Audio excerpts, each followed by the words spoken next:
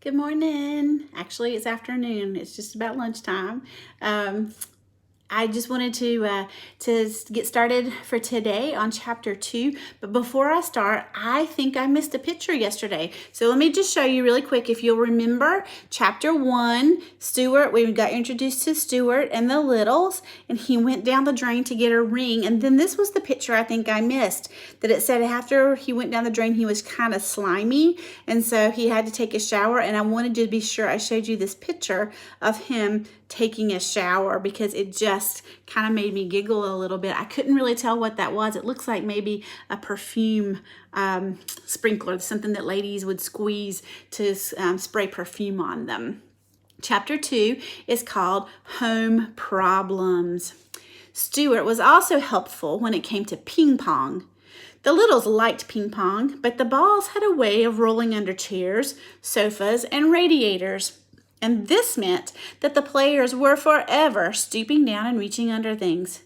Stuart soon learned to chase balls, and it was a great sight to see him come out from under a hot radiator, pushing a ping pong ball with all his might, the perspiration rolling down his cheeks. What do you think perspiration means?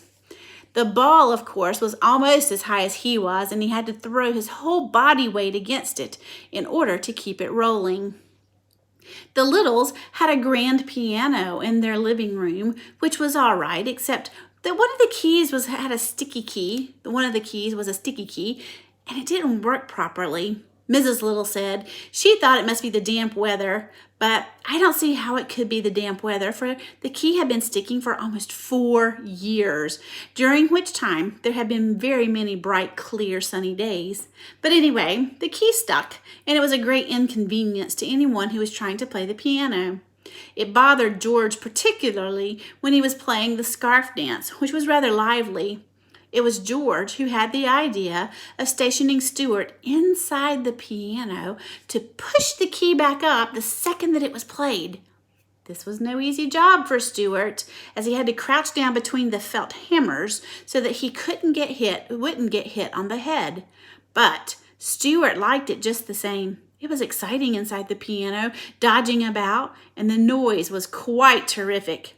Sometimes, after a long session, he would emerge quite deaf, as though he had just stepped out of an airplane after a long journey, and it would be some time again before he really felt normal again. Okay, so here's the pictures. There's a picture of Stuart pushing the ping pong ball. Did you figure out what perspiration meant? That meant he was sweating. You see the little sweat drop right there? And then here's the picture of him inside the piano. These are the hammers, those little things right there. And these are the core, oh my goodness, I can't think of the word all of a sudden. But the hammers bounce up and down and strike these, and that's what makes the sound of a piano. Mr. and Mrs. Little often discussed Stuart quietly between themselves when he wasn't around, for they had never quite recovered from the shock and surprise of having a mouse in the family. He was so very tiny, and he presented so many problems to his parents.